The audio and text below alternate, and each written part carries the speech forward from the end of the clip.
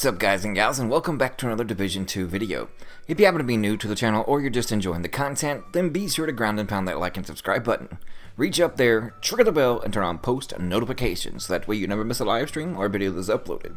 Well, we have tons and tons of information to bring to you, and instead of having one continuously super long video, we're going to break this down in sections, and we're going to start today with all the weapon balancing changes that was just released on the second phase of the Title Update 6 PTS. And unlike other content creators, this is not an overly negative biased opinion, nor is it overly hyping the current situation as most other content creators are doing either one or the other. I'm just bringing you the information, so don't shoot the messenger, right? So let's start out with what they say. Weapon balancing. We wanted to make sure that more weapons were viable choices. We have both used mathematical modeling but also player feedback to inform our adjustments. We focused on buffing underperforming weapons and lift them up to ones that felt good. There were a few outliers that did need to come down a touch, but we tried to be as gentle as possible with reductions in damage. For the weapons that did get reduced in damage to make sure other weapons could be competitive, we tried to look at the other aspects of those guns to give them some other upside.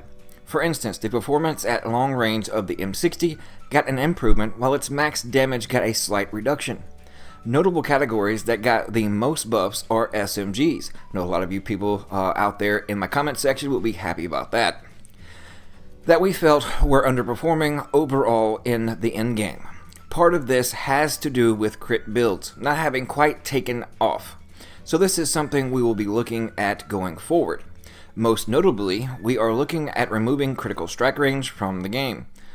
For now, most SMGs get a healthy buff in damage. Rifles too were not as popular in in-game as they could be, and see a marked improvement. Shotguns are not in this round of adjustments, but will also get improvements, especially in the in-game. This will be accomplished by changing shotguns to start rolling damage to armor instead of melee damage in Title Update 6, as well as adjusting individual underperforming shotgun damage to be more competitive. This is not yet on PTS. Now, I've stated this in a little bit part with the last night live stream. Shotguns damage to armor, and then you have the AR's damage to health. And it is my opinion that the AR damage to health just needs to be taken off and something else along the lines of reload speed. But we won't get into that discussion. We're here to go over the facts. Assault rifles. The ACR got a 3% damage buff. The AUG also got a 3% damage buff. The Carbine 7, 8% damage increase.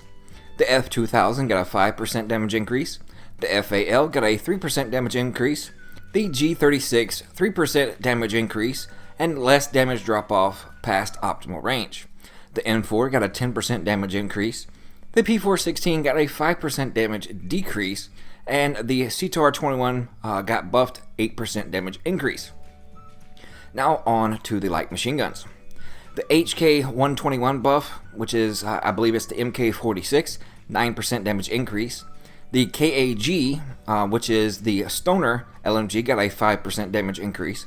The M249 got a minus 4% damage decrease. The M60 got a 10% damage decrease. The RPK got a 5% damage increase.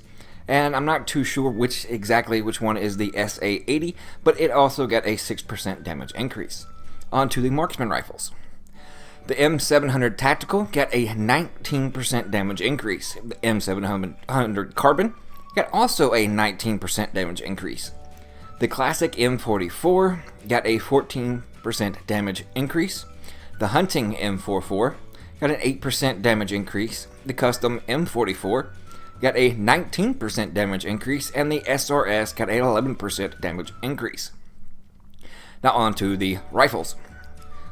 The ACRSS, 19% damage increase. The M16 got a 68% damage increase.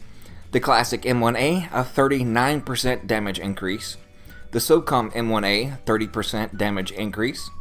M1A CQB, 30% damage increase. Lightweight M4, 11% damage increase. The LVOAC, 12% damage increase. The SIG 716 got a 7% damage decrease, so I guess they're picking on the SIG. The 1886 got a 20% damage increase, less damage drop off past optimal range. The MDR got a 16% damage increase, also less damage drop off past optimal range. And the MK17 got a 17% damage increase. Now on to the submachine guns. The AUG, a 15% damage increase. The MP5, a 13% damage increase. MP7, 7% damage increase. The MPX, 38% damage increase. The P90, 25% damage increase. SMG9, 6% damage increase. The T821, 8% damage decrease. The Thompson got a 12% damage increase.